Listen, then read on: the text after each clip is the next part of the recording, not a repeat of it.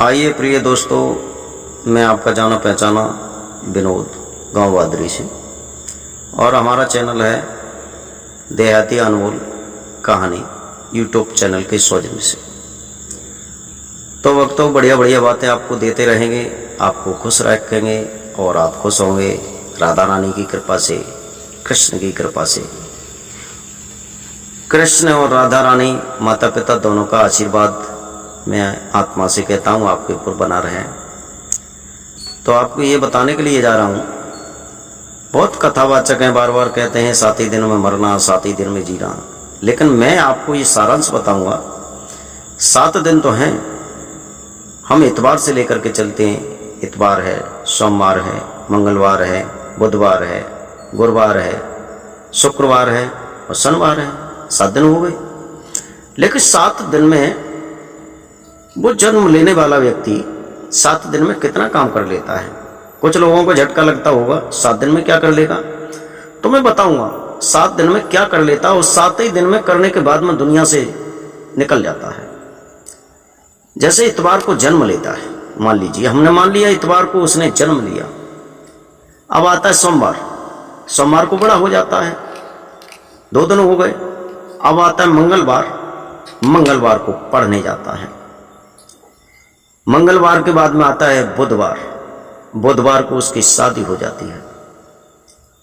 कै दिन हो गए, इतवार, सोमवार और मंगल और बुध। अब मात्र बचे 3 दिन। अब 3 दिन में क्या करेगा तो मैं बताऊंगा। जैसे कि हमारे पूर्वजों ने बताया हमें, बुधवार को शादी हो जाती है और गुरुवार को व्यापार करता है।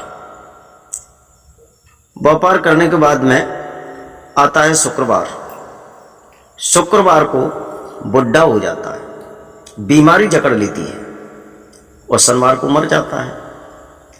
यानी सोमवार को, इतवार को जन्म लेता है, सोमवार को बड़ा हो जाता है, मंगलवार को पढ़ने जाता है, बुधवार को शादी हो जाती है, बृहस्पतिवार को व्यापार करता है, शुक्रवार को बुढ़ापा घेर लेता है और उसे रोग ग्रसित हो जाता है, दमा हो जाता, खांसी हो जाती, शनिवार को मर जाता, इतवार लौट करके नहीं आता। लेकिन हमने तो अपने मन में ये मनन किया है, ये विचार किया है कि 7 दिन की लोग कहते हैं कि 7 दिन में ही मरना, 7 दिन में ही जीना। लेकिन मैं तो ये कहता हूं कि 7 दिन का चोले घेरा डालते हो। अरे 7 दिन में क्यों लपेट रहे हो, वहां लौट कर पीछे लौटाओ, वहां लाओ। एक दिन जीने का और एक दिन मरने का, तीसरा दिन नहीं होता। एक दिन जीता है, जन्म लेता है और दूसरे दिन मर जाता है, तीसरा दिन नहीं आता। क्यों घसीटते हो तो 7 दिन में जाकर के व्यापार करता है, ये करता, वो तो एक ही दिन में हो जाता है, दूसरा दिन नहीं है। एक दिन मरने का, एक दिन जीने का। लेकिन अपनी अपनी बुद्धि है, कोई बात नहीं है। मैं तो यहां तक कहूंगा, लोगों को समझना चाहिए, सुनना चाहिए, देखना चाहिए, उसमें मनन करना चाहिए, तो कुछ मिलेगा। जैसे कि मेहंदी तोड़ करके हम लाते हैं मेहंदी के पेड़ से, उसे जितना रगड़ोगे उतना ही उसमें कलर आता है। जैसे कि माताएं सुबह दही में रई जितनी चलाती हैं, जितना परिश्रम करती हैं, तब उसमें से निकलता है मक्खन। तो जिस शब्द का आप जब तक मंथन नहीं करेंगे, उस पर विचार नहीं करेंगे, तब तक आपको मक्खन रूपी परमात्मा प्राप्त नहीं होगा। तो मेरा आपसे कहना है, चलो 7 ही दिन जीने का मान लीजिए। वैसे मैं तो कहता हूं 2 ही दिन है, और 2 दिन, एक दिन जीने का, एक दिन मरने का। तो आप सोच रहे होंगे कि आप अटपटी सी बातें कर रहे हैं, लेकिन अटपटी नहीं है। 7 ही, चलो आपकी बात मानते, 7 ही दिन जीना है। 7 दिन में आपने क्या किया? इतवार को जन्म लिया, आपका ही। सोमवार को बड़े हो गए, आपका ही है। मंगलवार को आपकी शादी हो गई, आपके क्रियाकलाप में दिन गया। बुधवार को व्यापार किया, आपके ही उसमें गया। बृहस्पतिवार को आपने और काम किया, आपके ही जीवन में गया। गुरुवार को आपने और कुछ काम किया, आपके ही जीवन में गया। शुक्रवार को आपको बुढ़ापे ने और बीमारी ने घेर लिया, और शनिवार को आप मर गए। बताओ परमात्मा के लिए आपने क्या किया? कुछ तो नहीं किया। 7 दिन ऐसे ही निकल गए, लेकिन उस विधाता के लिए एक भी दिन आपको नहीं बचा।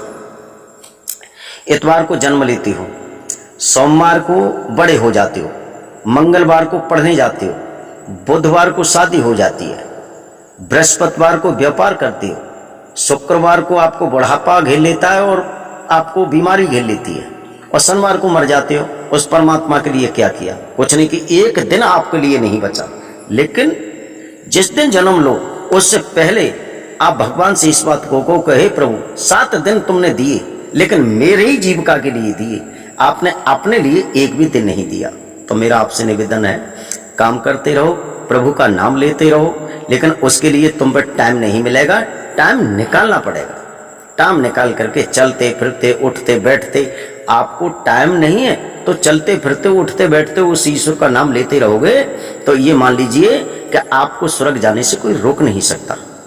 तो मेरी वाणी है, अपनी वाणी को यहीं विराम देता हूँ और आपसे बार बार ये निवेदन करता हूँ, हमारे चैनल को सब्सक्राइब करते रहें, शेयर और लाइक करते रहें और हमें धन्यवाद देते रहें।